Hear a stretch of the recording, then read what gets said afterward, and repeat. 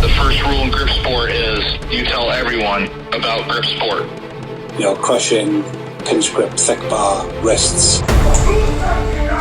If the best guy in the world can't lift 100 pounds on it, I don't give a shit about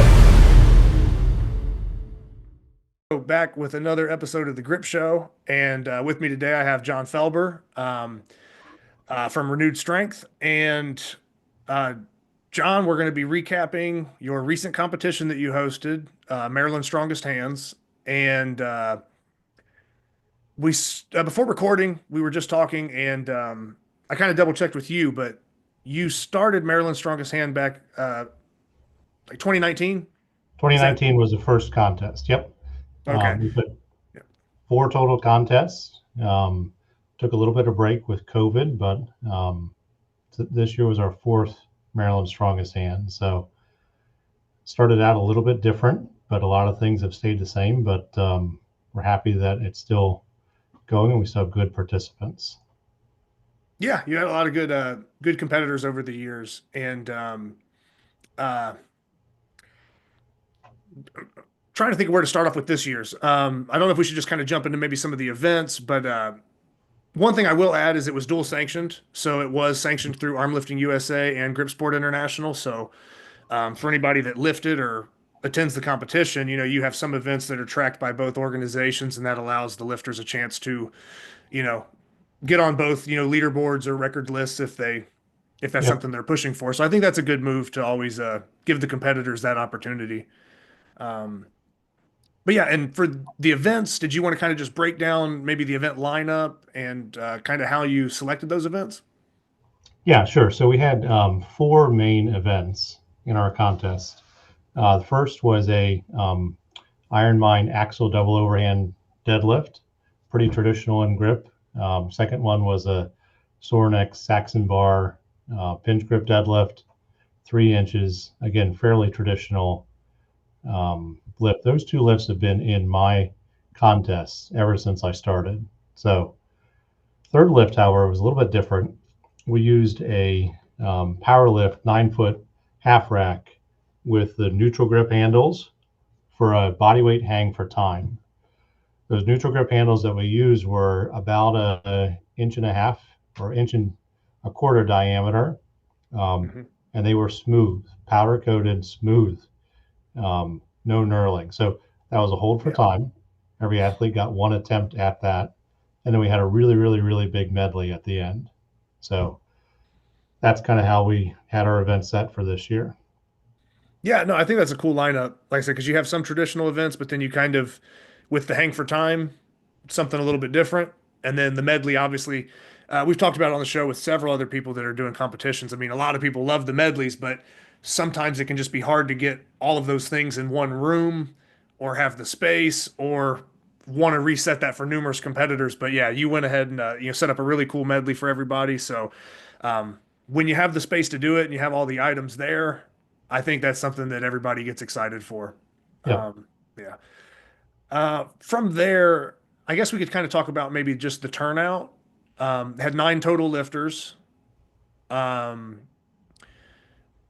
8 men's lifters, and then 1 women's lifter, and that was her first competition. I believe we spoke right. Yep. And is that roughly about kind of the turnout you've had in the past, or? So with it being a spring contest or late winter, sometimes we have a little bit more. We rarely have much less than this. I think we're butting up pretty close to Easter with our contest date, and then carrying over a little bit through Passover too. So I think there's really not a good time to accommodate everybody's schedules. But it worked out first for what I had for my schedule, and then some of the other competitors suggested again that time frame. So it worked out well for who we had. Yeah, and you had some. I say newer, but I mean obviously not newer to strength, but you had some newer lifters that performed really well. Yep. Then there were some other guys, that have been around and been training and kind of around the sport for quite a while. So you had a good mix of kind of newer lifters. I guess we can say veteran lifters as well. So I think that's always good. And Yeah, I don't know if you just want to kind of maybe just give an overview. I mean, you started off with the axle. If we wanted to kind of maybe just look at some of the axle lifts that took place and kind of how that event went, we could kind of go in order by events, or we could go, by the lifter's performance, down the lifters. It's up to you. I mean, whatever's Yeah. easier.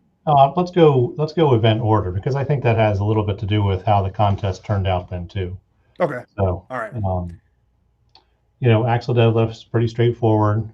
Um, I've got Eleiko calibrated plates. We go off of like the plate loading system. So hmm we go, I think, 2.5 kilo jumps for everything. So I'll call out a number.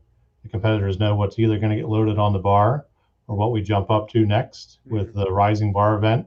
Everyone could take their warm-up reps on that bar as it gets heavier. So pretty straightforward, moved pretty well.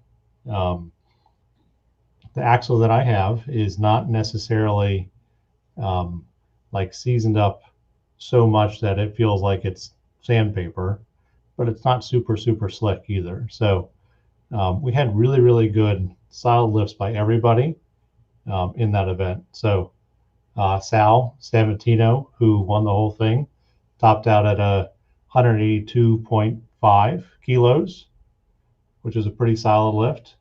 It's a little bit over 400, right? Yep. Yeah. And then no, Second on that was Jacob. and Jacob, yeah. Yeah, Actually, Jacob. in the spreadsheet that may have been off. Oh, So okay. I'll triple check that a little bit later for what Okay, was that's said. all right. So, Yeah. yeah. Like I said, I'm just going off that sheet, but Yeah. that's okay. Either way, everybody did fantastic. I will say, looking at the lifts, Inder, one of the person who finished third overall in the contest, only weighed in at 78 kilos, Yeah. and he pulled 170 kilos in that lift. Yeah, he's a strong guy. He is extremely This strong. is he's competed at your competitions before, correct? So Or not at mine, but Nick Spencer, okay, that's just a what it little bit was. north. Yep. Yeah. Yeah, but I So knew he had come out because he's not really from the east, is he? Isn't he like out west? I'm not sure. I'd have to double check because I've never really had a chance to talk to him. But as far um, as I know, he lives locally. oh, okay. Yeah, So yeah, within the maybe he is on the within east the then. region. So Um, yeah, and then yep, another guy. I mean, Jake Foelber. I've competed against Jake a couple times, and yep. Jake was down in South Carolina for a time, but I think he moved more north, closer to He, you guys. So I think so he was close enough that it worked out for him to make it, which was nice because he had come to either one of I think the original Maryland Strongest Hands or to one of my emerging contenders, like fall contests that I did way back in the day. So I think maybe it was the 2018 emerging contenders contest that he actually came to and won. So okay, yeah, yeah, but that was his first time back at this contest, which was nice because we were using one of his plates in the medley. yeah, yeah. I have For a pair of those, the Fuller deep anybody dish who doesn't plates. know, Jake Fuller is Fuller Barbell Company. He's got a mold. He made his own deep dish Olympic plates. We were able to pick up a pair in one of his first couple runs and use them at the studio here or there, but especially used them in the grip contest. So, Yeah, I yep, think I saw him posting about getting ready to make another like another round of them or something. So he was kind yeah, of taking some requests from people. So yeah, yeah, I have a pair. I I use them. You know what I mean? And I kind of like them. So yeah, Jake's a solid lifter. yeah. And there was a few guys there pretty close on Axel. Like I said, depending on if you said maybe there was a number that was off on the spreadsheet possibly, but between Indy, Jacob, and then I know Chaz took a jump that he kind of missed, but all those guys, that's a We're pretty very close close. Yeah, group of basically half the field right there. Around the yeah. same numbers. So I'll say, along with Indy's lifts or Inder's lifts, the Jacob Roark this was his first grip contest he ever came to. An excellent lifter for sure, who has good approach to his like stronger deadlifting mechanics, but just raw talent when it comes to his grip strength. So I think he's going up to compete May 17th in Nick Spencer's contest at York Barbell. So keep an eye out for what he's able to do in that contest then as well. So, and then, yeah, so with Axle, is there anything else to kind of add there, or maybe kind of jump into the Saxon? so again, looking at lifters and looking at, we'll say like body weight to strength ratio, Joseph Ambrose at a, just under 70 kilos weighing in, pulled 132 kilos, which was phenomenal. So some good lighter weight, under 100 kilo lifters, doing very, very well in that.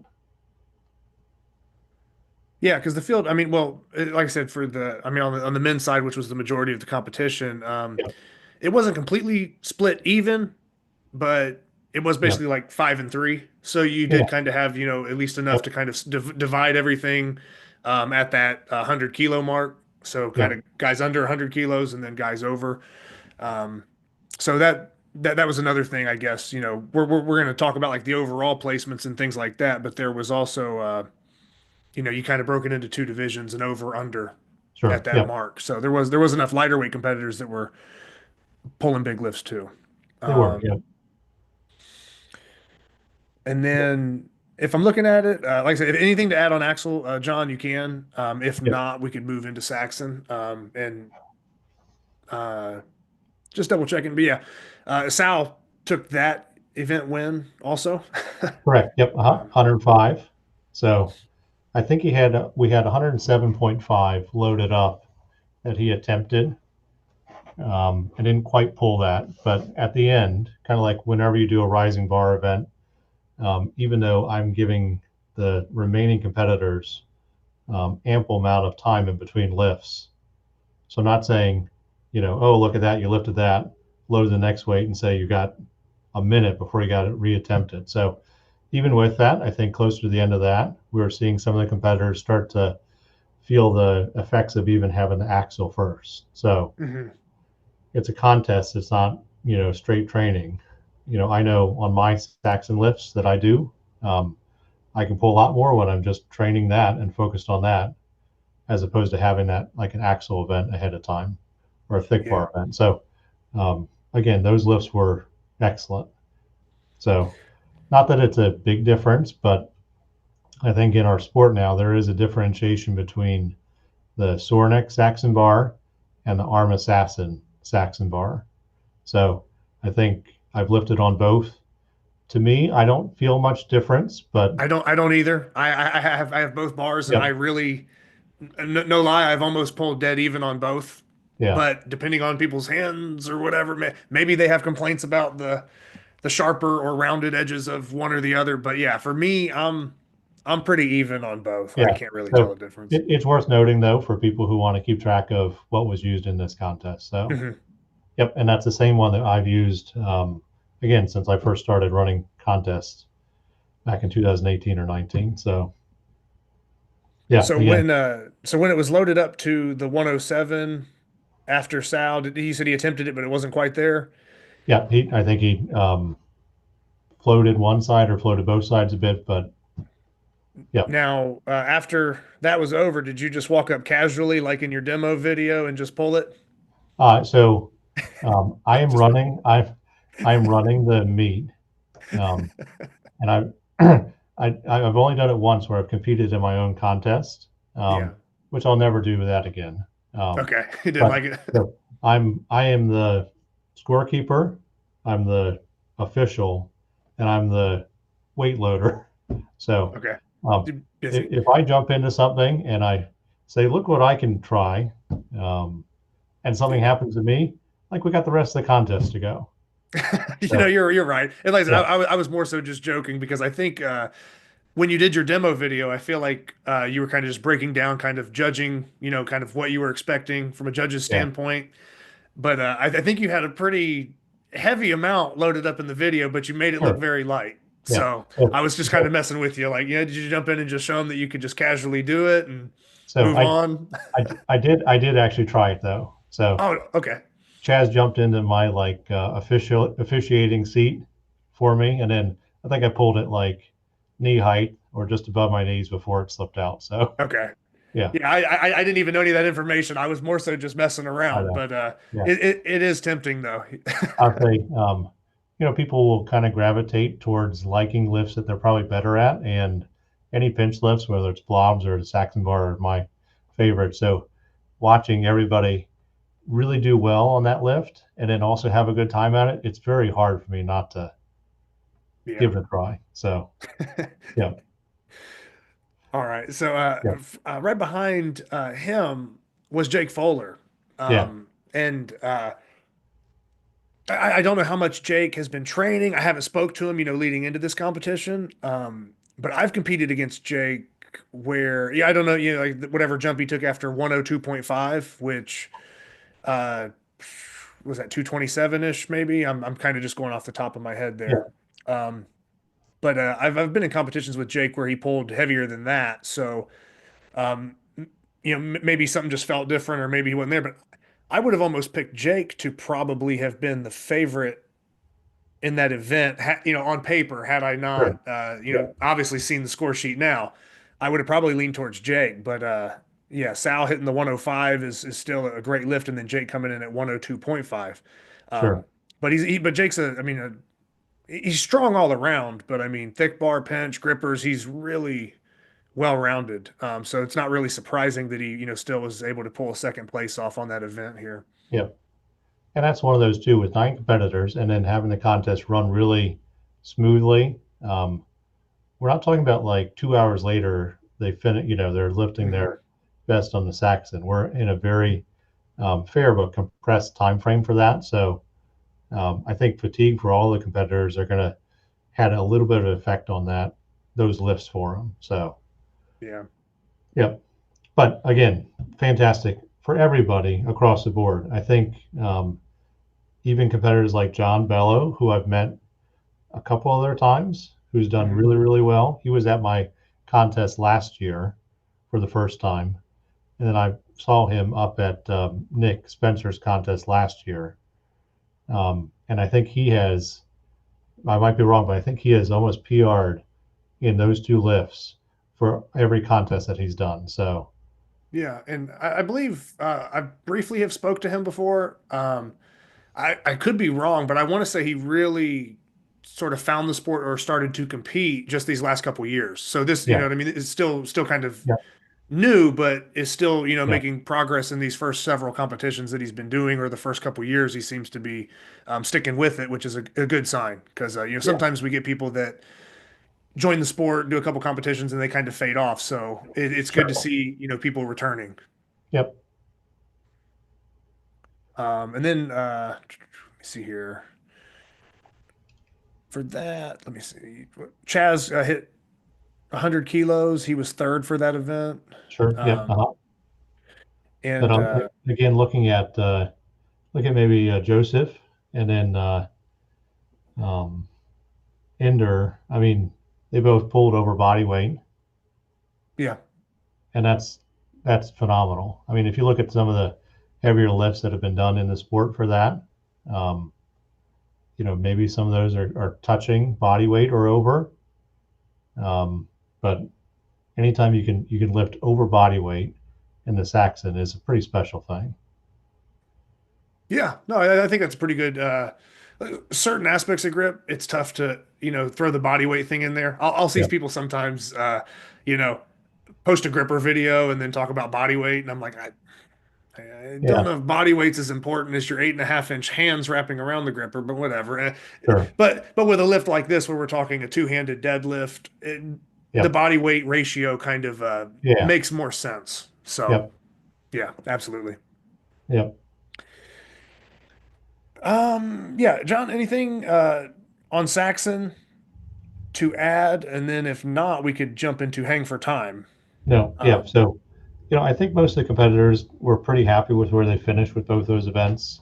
Um, you know, I'm going to say I very much appreciate how everyone did in the contest. They were all ready to lift when the weight was what they wanted. Um, Everyone was paying attention enough to make sure that we didn't go past any weights.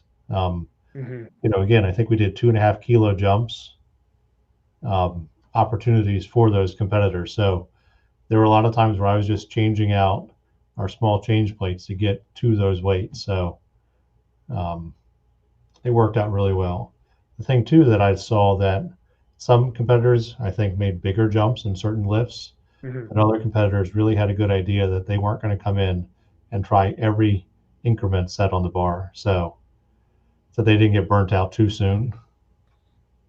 Yeah, and that's just part of the strategy too. I mean, that is involved in the sport because Yes. a lot of times we look at the sport and for the most part, we kind of spoke about this briefly before filming.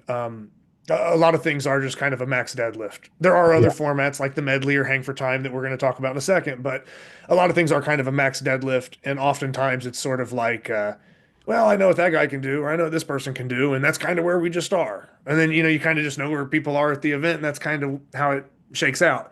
Yeah. But there is that kind of strategy of knowing, when to take the jump, or maybe keeping track of the other competitors that maybe are close to you based on the last event, and maybe trying to get an edge on them this event, even if it's 2.5 kilos before the third event. So there is a lot of strategy. So it is good to see lifters being aware Sure. of the format, and kind of aware of their own ability, but then also trying to I guess kind of maximize what they can score, what they could lift based on the other people as well. Yes. I've been in competitions. You've done them. I think there's sometimes we see people that are like very dialed in, and they know like exactly what they need, and Right. they're watching those other people, and it's just like their heads turning. And then other people are just like, I'm just lifting, and it's like after the fact, you look at it and you're like, oh, if I just did 2 more pounds on that, I could have. And Sure. they're just not paying attention in the moment, and it can have a big outcome on the competition sometimes. So, uh, Yep. yeah, But it still is about having fun, so it's easy to lose track of what's happening. yeah, yeah. No, like I said, maybe I'm kind of bad about that sometimes. Maybe I overanalyze and get a little too serious sometimes. Maybe I need to work on chilling out and having more fun sometimes. But I always get real like Yep. I don't know, real analytical when it comes to who's doing what and what's going on. I guess just being competitive. Well, I mean, I will say personally, I've stopped competing for the Mhm. last year or so.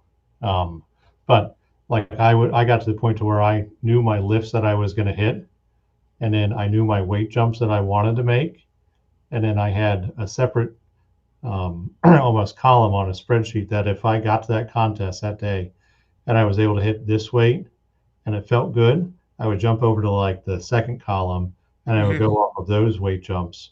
If Yeah. that first lift went a little bit different, I go over to like the third or fourth column over, and I would have those adjusted jumps in that. And I would Yeah. have that for each of the lifts because in the moment, like you see people lifting, and I'll say, even for like the really, really light weights, it's easy to say, oh, I should go get some warm ups in. But like if you want to start, let's say at the Saxon, like not starting it under 185 pounds or, whatever the pounds or kilos is, like it's easy to try and jump in and just start.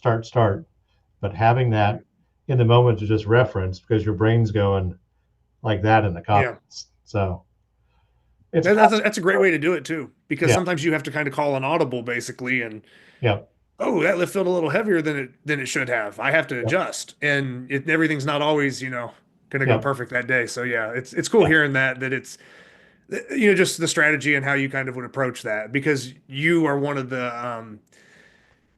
and like I said, my opinion for what it's worth, but you're one of the better lifters that I've seen compete in person. That is you can just tell technically that you're very particular in, the way you're setting your hand, the stance.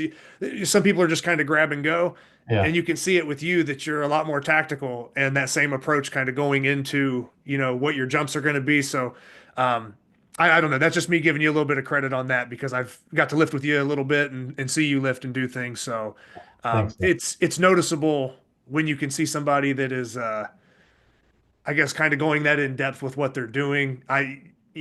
Without me even knowing that you had that stuff going, I could just tell like, oh man, he's kind of focused on a different level than most of these other people. So, yeah, That's who I am. So yeah. yeah. um, Not to get too off track. You said you haven't competed in like a year. Any plans to come back and do anything, or kind of just in a hosting promoter Yeah. role right now? So at this point, I don't actually anticipate competing formally anymore. Mhm. I will still train grip personally because I like it, but to kind of phase away from like chasing numbers, at least on the Axle and Saxon and stuff like that. So Okay. I'll still be confident enough with a lot of the main lifts, but to prep for a contest, that means that I have to chase those higher weights. And I've decided at this point I don't want to do it. So No, yeah. I feel that way some days, but then I kind of get roped back in sometimes. But no, like I Uh-huh. said, I 100% respect the decision. Yeah, I don't know. Maybe if there's an event lineup that excludes some of those things, that maybe it'll attract you back at some point. But no pressure. Yeah. So Um, I mean, basically, even in my own training, like I'm not lifting anything much more than like 220, 240 pounds. So okay, like I'm giving myself that limit. So okay. that excludes me from being competitive in most grip things.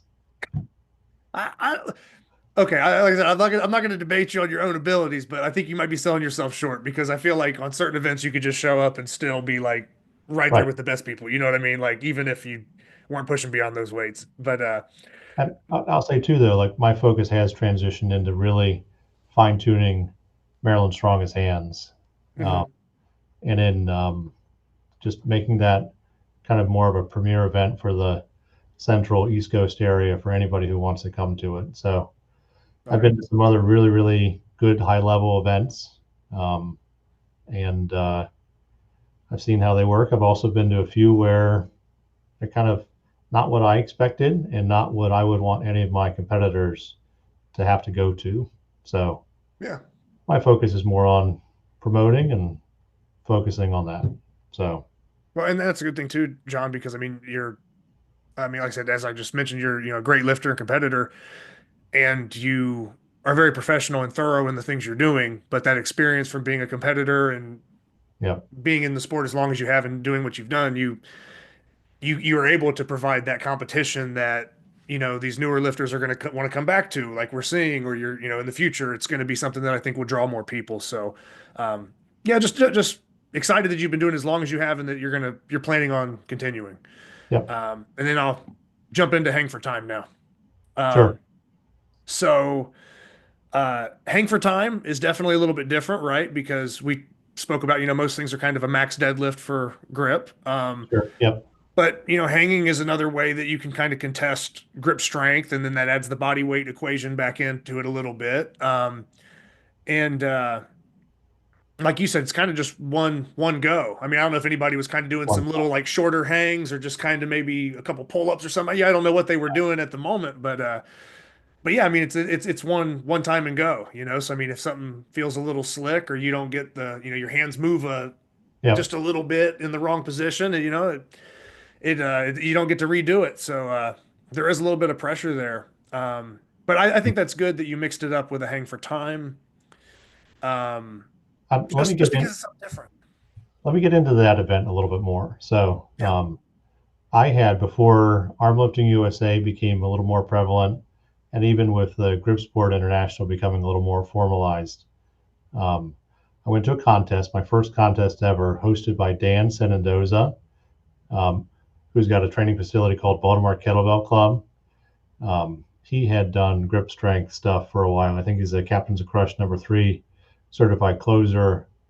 Um, he does a lot of like metal scrolling and stuff like that. Mhm. So anyway, so I went to one of his contests, and he had a hang for time with vertical ropes. So he had in his facility 2 ropes hanging down, and you had to hold on to them as just a body weight hang for time as part of it. So I liked that one. I didn't do very well on it, but I liked it. And then just thinking a little bit more about how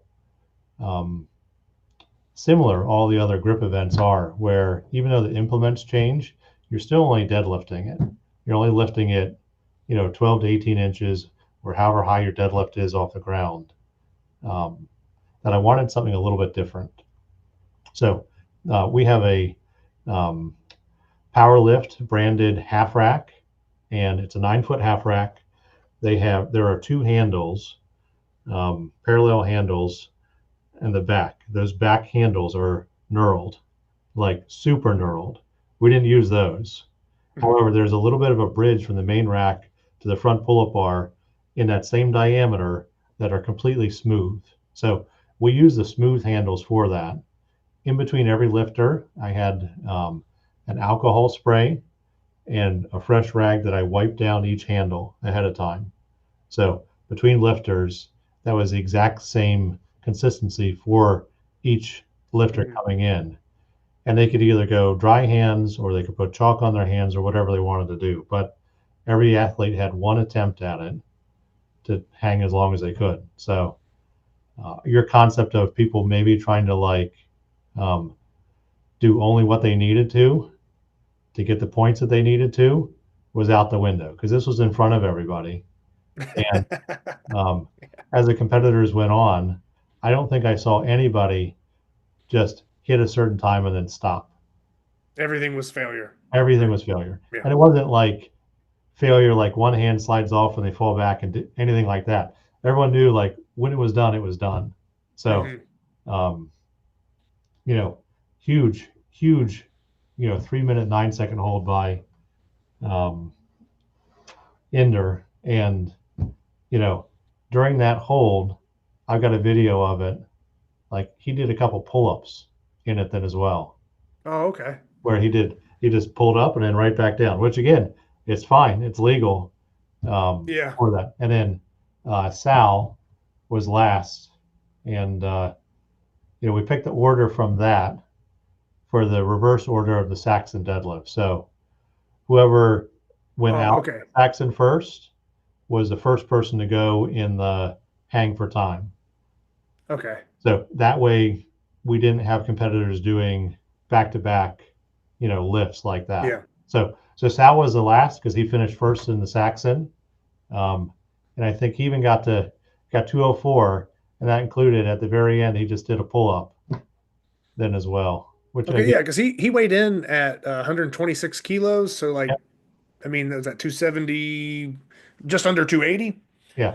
And pretty impressive. That's impressive hold, especially we're talking that the handles were, not like giant fat grips or super thick bar thing, but they're not regular skinny.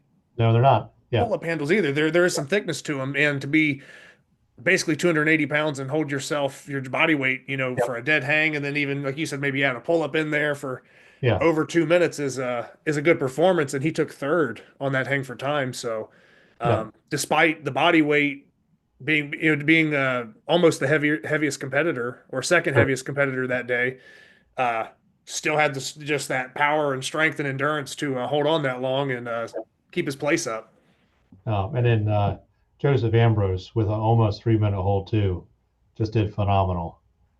And with where he finished in the Saxon, he was one of the first competitors to hop into that, and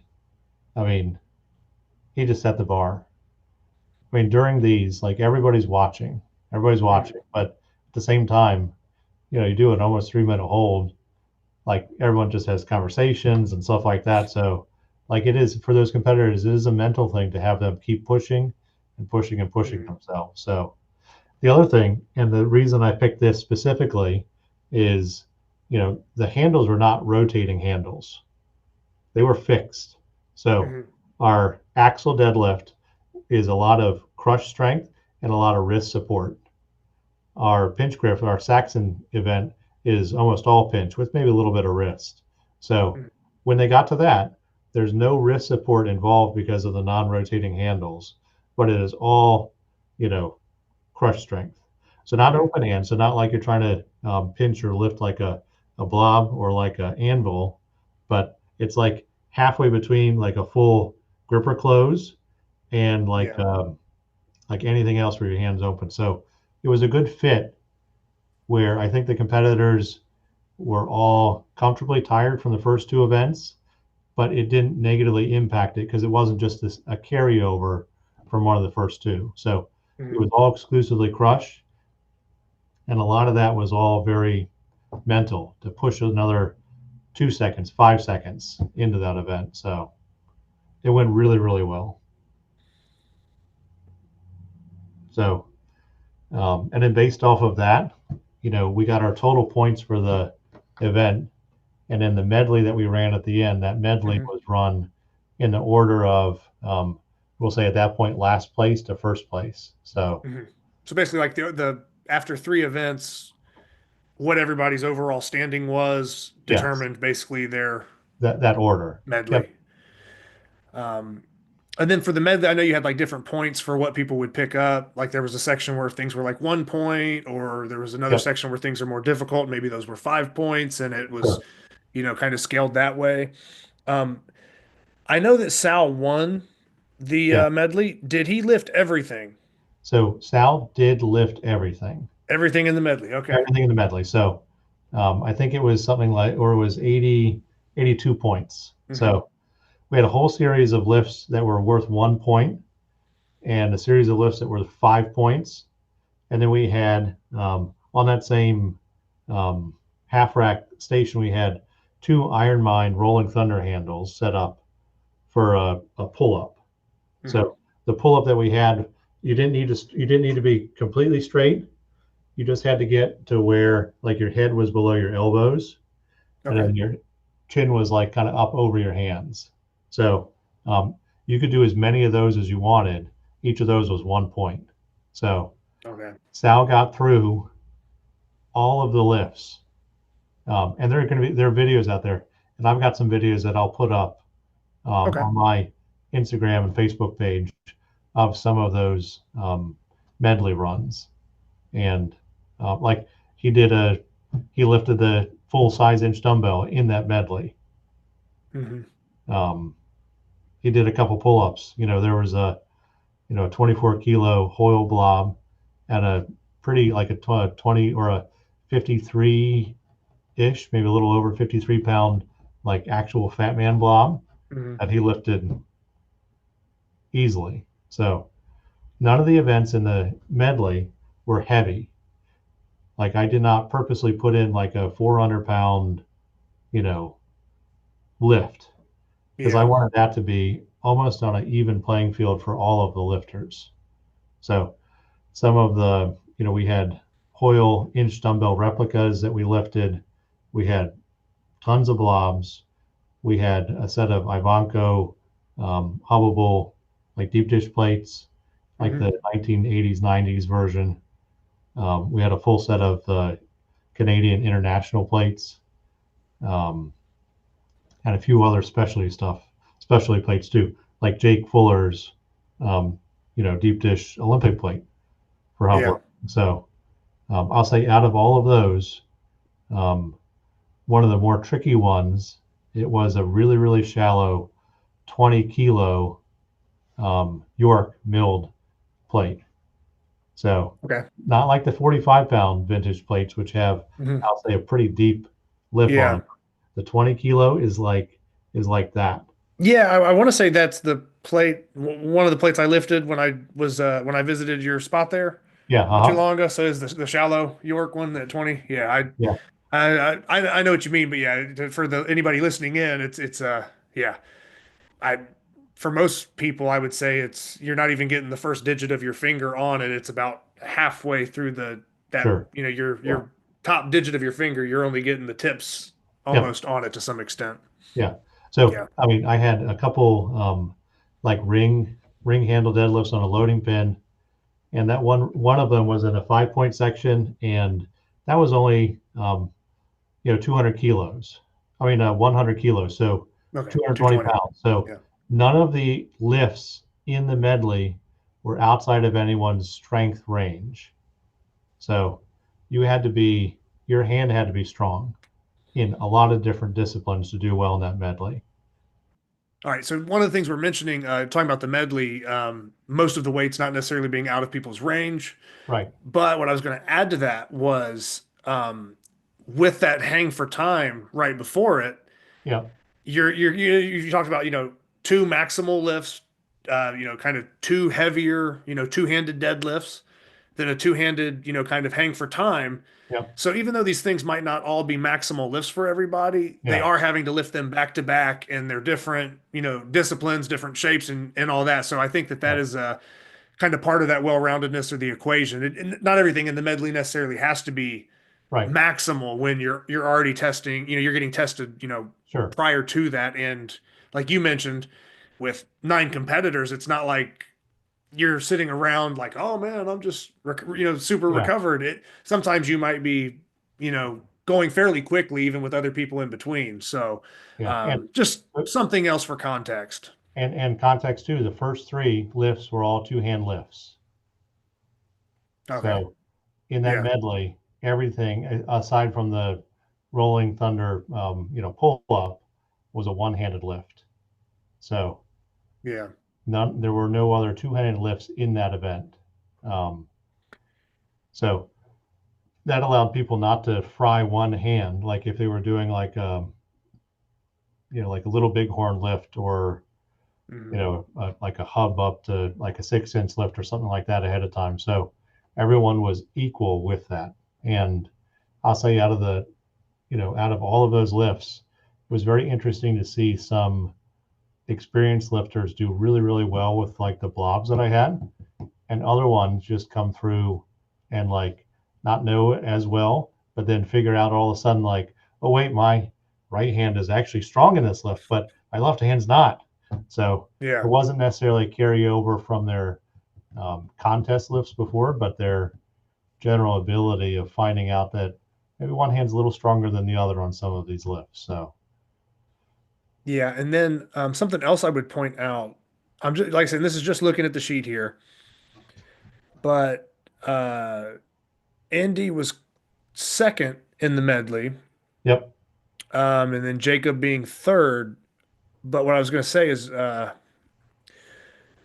they were separated by 4 points, which I Yeah. mean essentially could have been one lift if there was a 5-point lift added. That could have changed that. Yep. But after the 57 points that Jacob scored, it's like Chaz at 56, Joseph Ambrose 54. Yep.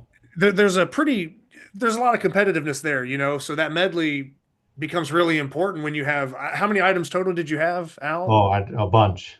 I'll go back and check. Okay. But Yeah, I'm not sure the total number, but yeah, I mean, there's so many different lifts. So as you're kind of Yeah. scrambling around to get that done, when you see that everybody could scramble around for that allotted time and do what they're doing, and then to have 1 point, 2 point, 3 point separate everybody. I mean, you're talking just seconds, or Sure. really coming down to the wire, or coming down to just 1 or 2 different lifts if you could have done this, or maybe if you did something in a different order. So Yep. I like that aspect of the medley, because oftentimes if we just do like really traditional lifts and we have prior knowledge of some of the lifters, Right. you can almost kind of predetermine how it's going to shake up. And Yep. when you throw in a hang for time and then throw in a medley, it adds a couple other variables that sort of make that a little less predictable. Yes. And I think Yeah. that's always cool for a competition when there's some mystery involved, or there's a little bit of Sure. different comebacks in the fourth event, stuff like that. Uh, So, yeah, just something I noticed was how close some of those scores were. so again, Jacob Roark, very strong lifter, but first grip contest, he in the medley also deadlifted the full-size inch dumbbell, Oh yeah, very good. and did it in I want to say casual way, but did it in a way that didn't look like it was hard for him. So Yeah. like truly impressive first time getting into that.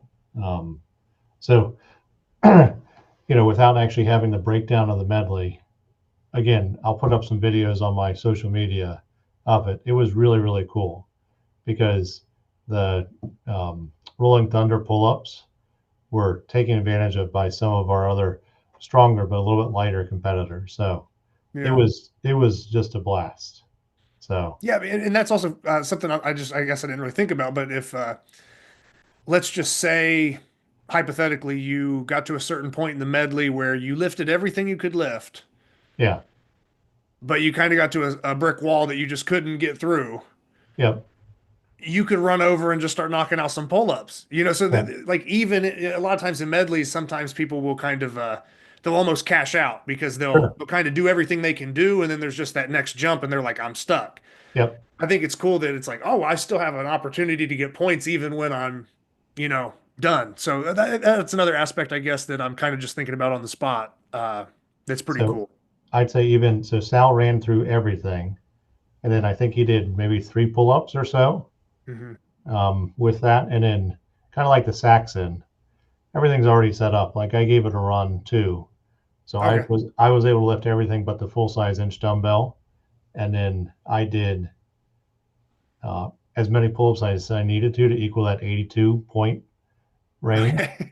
Gotcha. and Yeah. um, like I was gassed. Like Hmm. it took me probably 5 minutes to recover from that because um, none of the events were like full deadlifts. If you got anything that was, let's say, above your knee height, or some of the loading pins were very small lifts, um, it was just an up and down, or loading blobs onto platforms, Hmm. or loading inch dumbbells up there too. But the amount of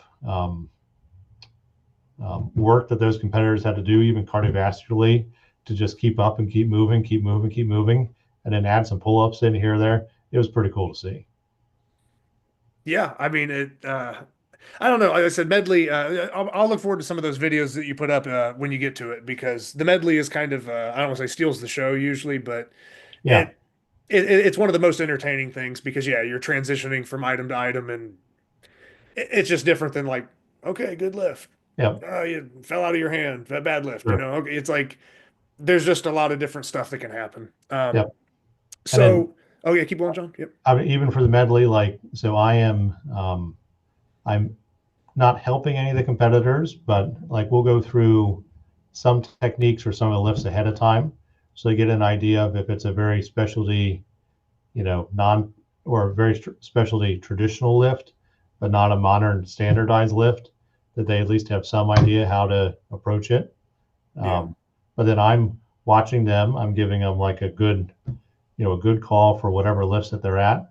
But because of that, and the 1.5 point difference in the pull-ups, I ask all the competitors just to call out the numbers.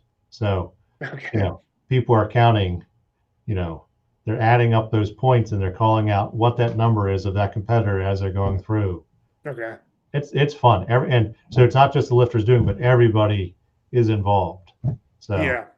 No, that's cool because I've seen before where people will like throw down chips or throw down certain yeah, things to kind of track it, but having it, the numbers being kind of yelled out or everybody else kind of focusing and watching on it kind of adds that yeah, it gives you basically a real time count to sure. follow, but then it also is kind of like I'm putting myself in the lifter's shoes.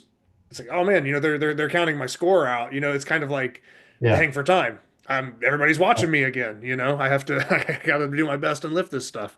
So, But yeah. with that too, I mean, whether some of our lifters had more experience, like I know Chaz is a very experienced grip athlete. He's probably the most experienced person I had there. Like with between him and Jake, Hmm.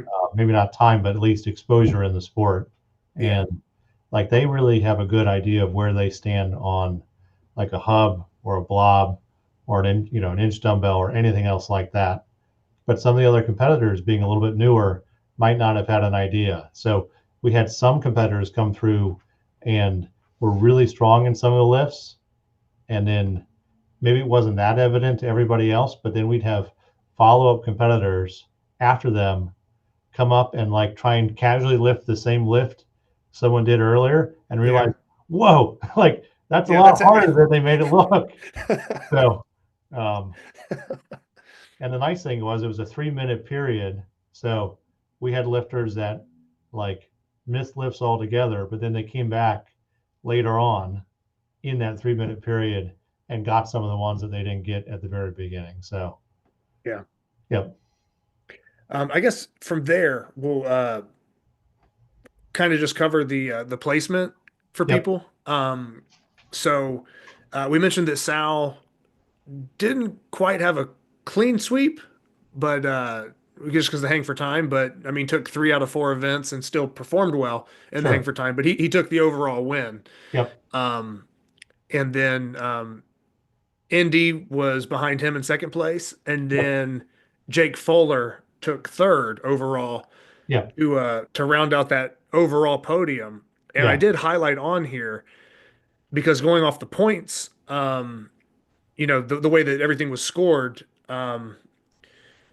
I'm trying to look because I'm not sure how did you kind of do the points? Was it like a strongman, reverse strongman, or did you Reverse. do Yeah. it? Yeah. Uh-huh. Okay, Yep. okay, because so then lowest score would win. You had Sal with 6 total points, Yep. um, Indy with 12, but then that third, fourth, and fifth is very close because from Jake down to Jacob and Chaz Yep. was 15, 16, and 18. Yep. So a very kind of tight race for third place there. But That that was one where, Yeah. Again, at maybe a little bit of a disadvantage for being heavier competitors, but Chaz and Jacob, um, you know, scored a 6 and 7 in the hang for time, and um, where they did really, really well in the first couple. They lost a few points there, and like it was, I was very happy with how balanced the contest came out.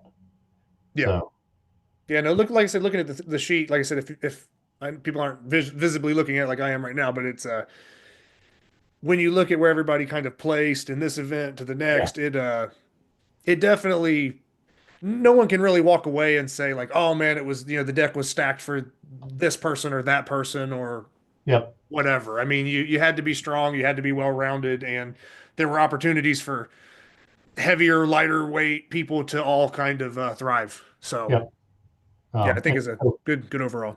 so then for we split it up to where we did an overall, and those are the first 3 Hmm. that we mentioned, Sal, Inder, and then Jake. And then we did a over 100 kilo altogether. And that got Jacob Roark in at third place. Hmm. Again, well deserved for how well he did with his lifts.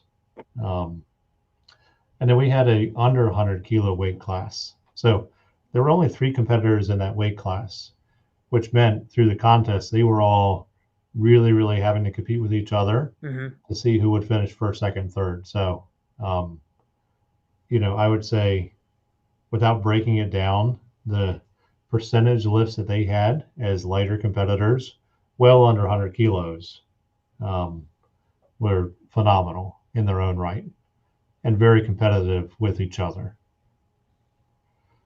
Yeah, because not only were those lifters under 100 kilos, they were all under 90. And All then in a you, like night. I said, Yep. you even had some, under 80, under 70. Yeah. So it's not just like, oh, they were, weighing 218 pounds. They were just under 100 kilos. They Yes. were well under that mark. And, Correct. yeah, just a Yep. pretty light body weight. I mean, Yeah. overall comparatively speaking, I guess.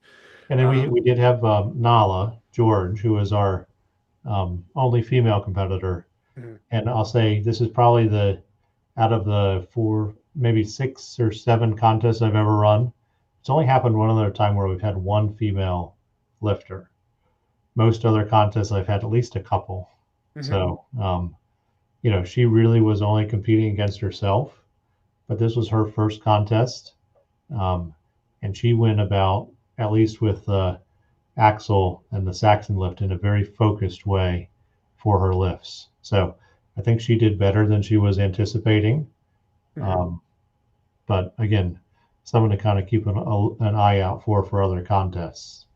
Oh, and is she in that same area, like or like Maryland, or roughly somewhere over So that way?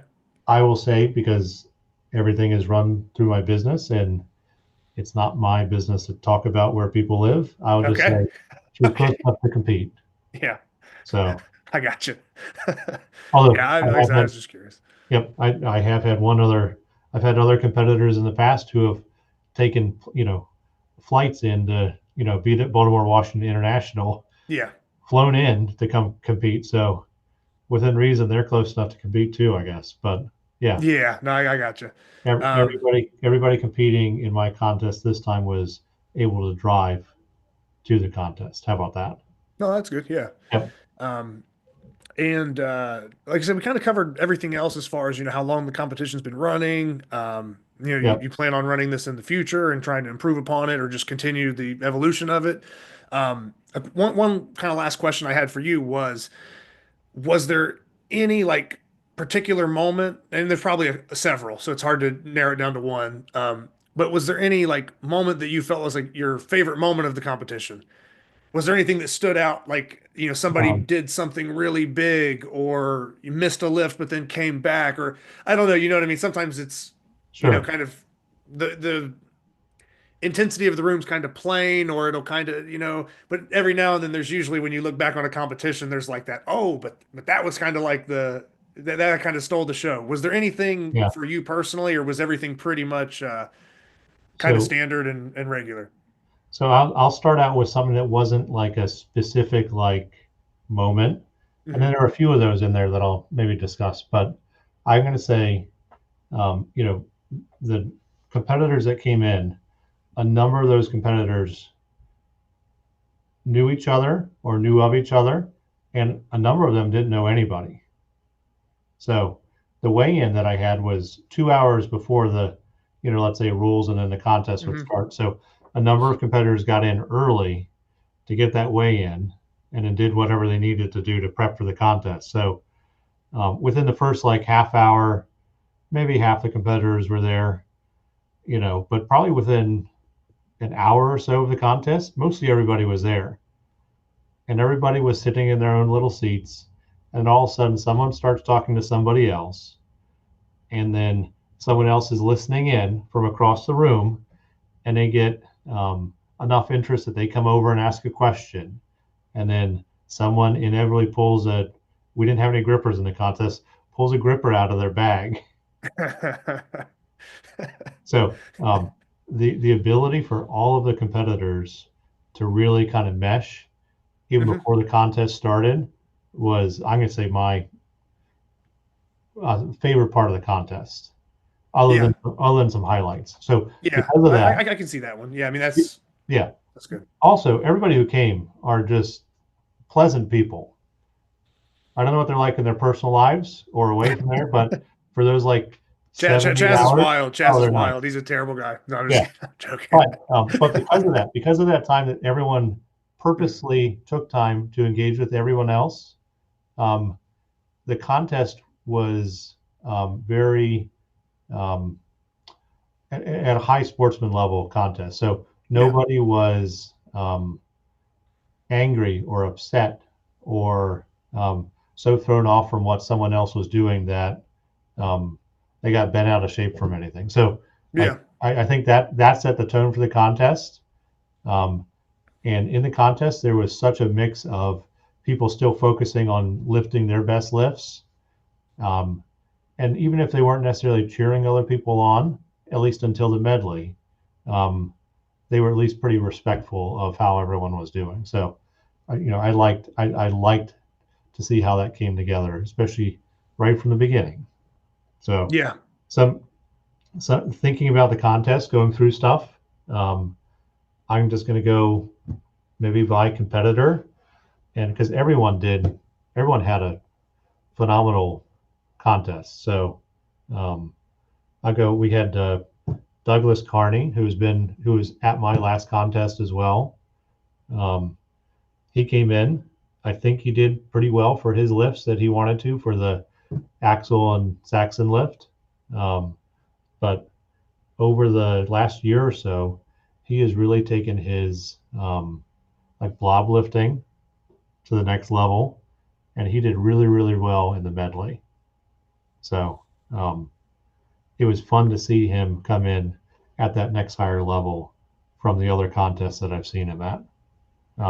John Bell, same thing. Okay. I'm John, sorry. I was gonna say one thing, John. I was gonna say I talked to Doug, and he said he absolutely loves the hang for time, and he wants like 2 or 3 of them in there next year.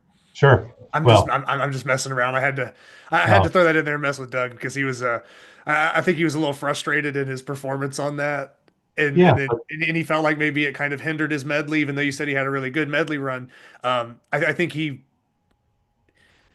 without the hang for time, I think he feels that he would have performed even better, oh, sure, yeah. on the medley. But anyway, I'm more just kind of messing around there, making a joke for Doug. Sorry. Well, But yeah, I will say, at this time, for how well everything went, I think I'm going to keep the contest exactly the same for next year.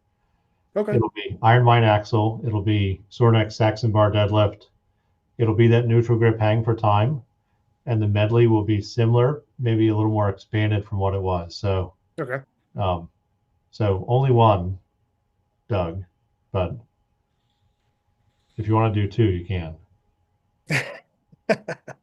But yeah, but that was the thing. Like I'm going to say that after I'll say the Saxon deadlift event, I talked to all the competitors to kind of prep for the hang for time. We go over rules for each event ahead of time, ask for questions, have a little bit of like a 10-minute break or so, and then start the next event. But I made it a point to make sure everybody knew that, like, they're like training lifts. You cannot replicate your training lifts in a contest.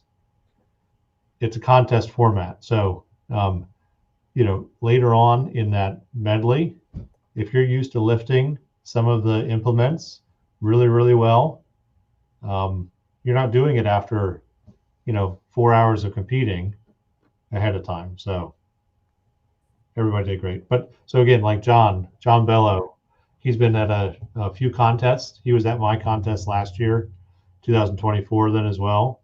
And I think, I might be wrong, but I think he PR'd in the Axle and Saxon event then too. So next person down, Joseph Ambrose. Again, under 70 kilo lifter, our lightest lifter of the contest, hitting 132 kilos, 132.5 was great. He also did an almost 3-minute hang. So I think that 3-minute hang that he did helped push all the other competitors to almost to see that it could be done. Yeah, because you mentioned that the order for the hang for time was based off of the Saxon performance. Yes. Yep. And he was, 7 out of 8, or basically, tied. I think tied for last on that. So he was first up. Yep. So really, I mean, to take second in that event, going Yeah. before everybody. I mean, it makes you wonder that if he had seen, Yep. the 309 hang, like, could he have, dug a little deeper and maybe, come a little closer? That you don't know, because, like, everybody's kind of following him. So setting that bar high is kind Sure. of is kind of good too. I feel like, going after somebody, you always have the advantage because you can kind of see what you need and then Yep. gauge it. But when you're going right out the gate, Yeah. that's tough to do. But his time held up throughout that event very well. Sure. Yep. So great overall for that. And then Chaz Strange did well in all of his lifts. He was at my contest in 2023, and then again this past year for our 2025 contest. He was probably, I'd say, the most technically sound lifter at the contest, and not just that, but strong. So I did a great job, and I will say he was probably the one person who helped kind of ignite that whole, like, bonding from everybody to start with, because I think he brought like donuts in. He brought like donut holes in for everybody and set them out and enticed everybody to come out and grab something. Okay. Then he brought out Not his surprised. papers. Yeah. And then, like, everybody was like trying it. I was like, we got the contest still coming up. So Maybe I that's mean, part of his strategy. He's like, yeah, come I over know. here and try these grippers. Get worn out real quick. No, Yeah, but no, messing but around. it's always nice to see him lift, and I think he he tracks his body weight and he tracks his body weight PRs and stuff like that. And I think he did body weight PR in either or both the axle or Saxon deadlift. So, Hmm. but I'll say definitely heavier weight than he's done in 2023 here for both of those lifts. Yeah. So Yep. great. Jacob Huark is again first contest, phenomenal lifter. He'll do well. He seemed to like it very much. So, and again, doing very, very well in the medley. The medley points as it is on the spreadsheet, and that spreadsheet can be found on Arm Lifting USA for their contest results.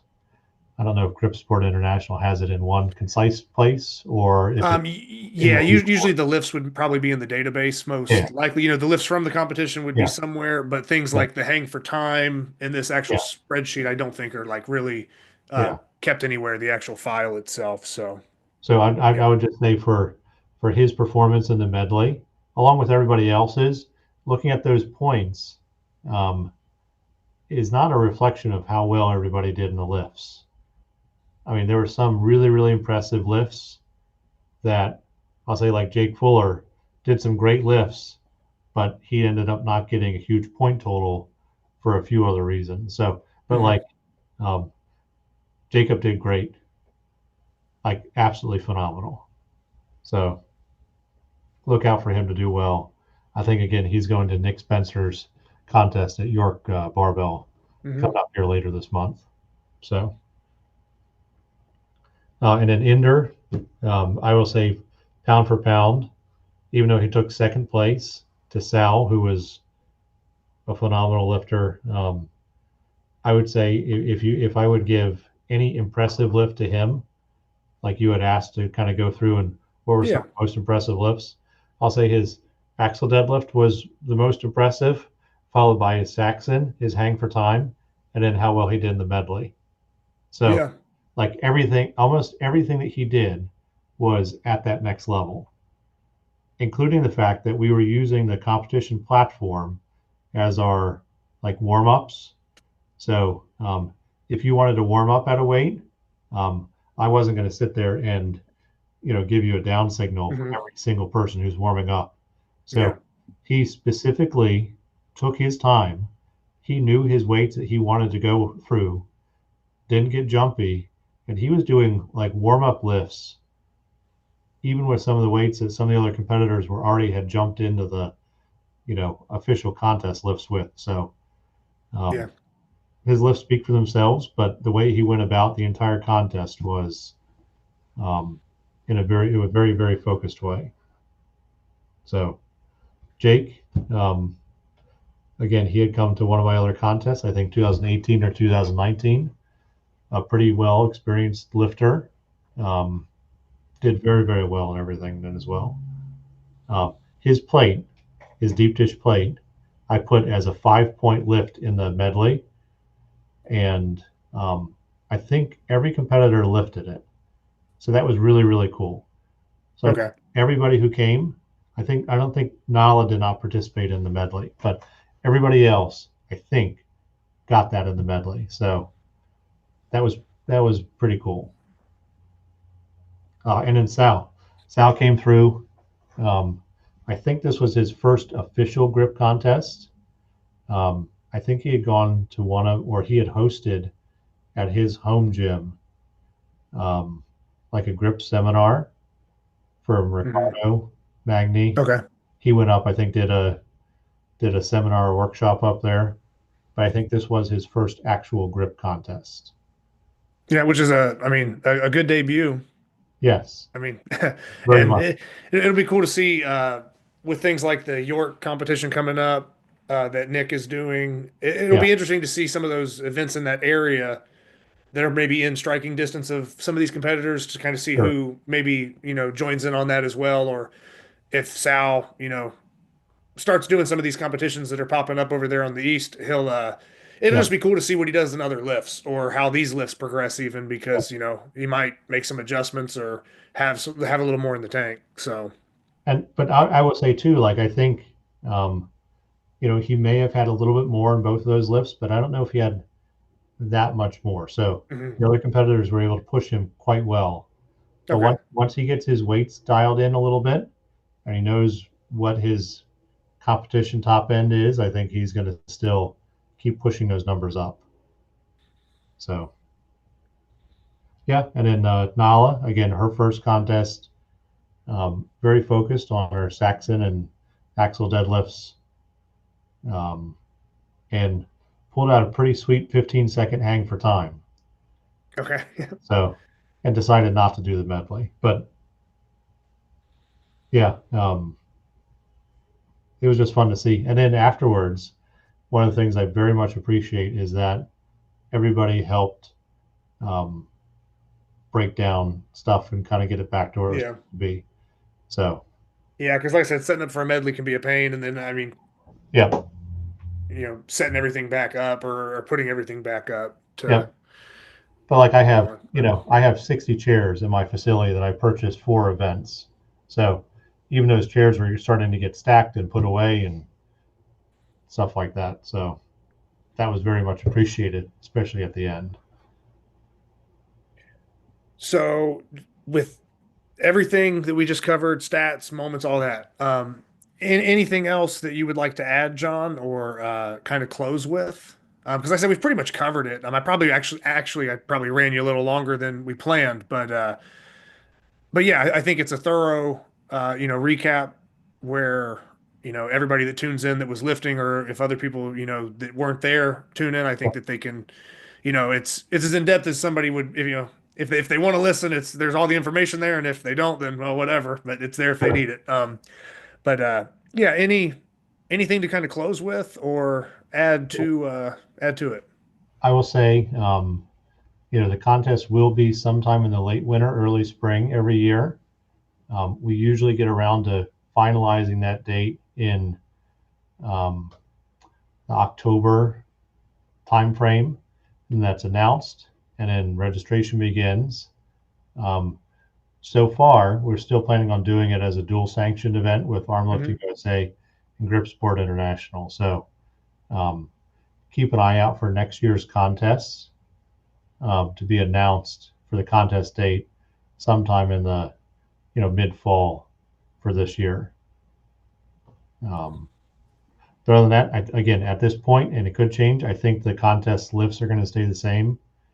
And then, then we start to see how that, like to say, the neutral grip hang for time ends up turning out. Because then competitors who are here this year can come back and try and beat that number by a little bit.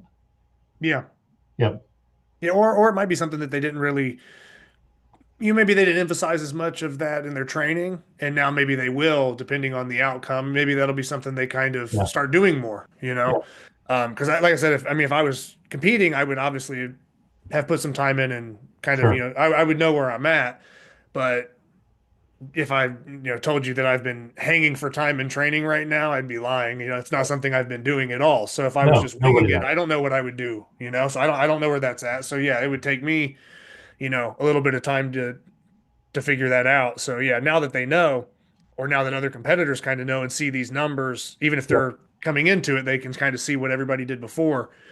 They kind of can judge in their training. And then, like most things in competitions or in life, once we kind of see what's possible or what other people are doing, well, that kind of becomes the standard. And then it's to push above that. So probably see an increase in everybody's numbers or what happens Yeah. in the future. That'll get it probably a little bit more competitive, I would say, next year if you host Yeah. that.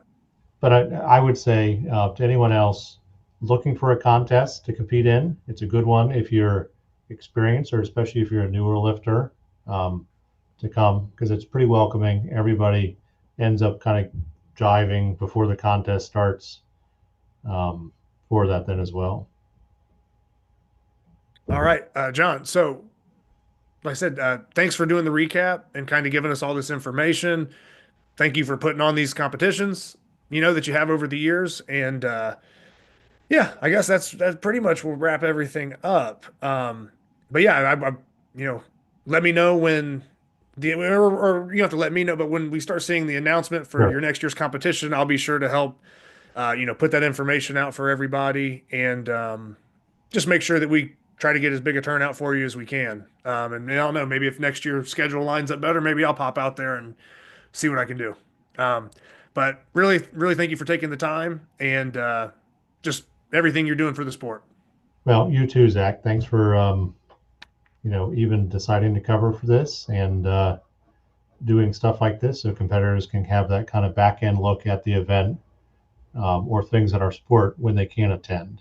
So, Yeah, I mean, like I said, I expect for the recap, usually if somebody does the competition, they'll probably tune in. yeah, Some people that are really hardcore will still tune in, but I never like get annoyed or bothered if people that weren't at that competition or didn't even know it happened, I don't expect it to be for everybody, but it's still documented. It's still somewhere it can be sure. found, and it creates a sort of a history and something that's kind of trackable for, lifters or people to find out about or come across. So I think that, you know what I mean? Yeah, it's not going to be something that gets a million views or whatever, but it is good to still document it and kind of have that access for people to come across it or, Yep.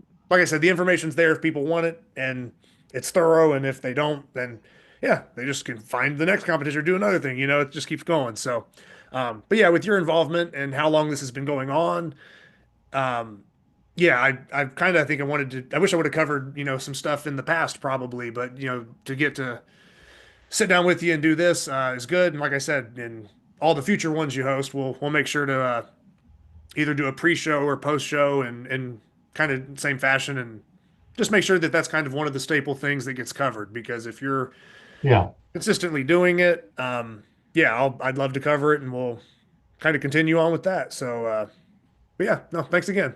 You're welcome. Thanks very much, Zach.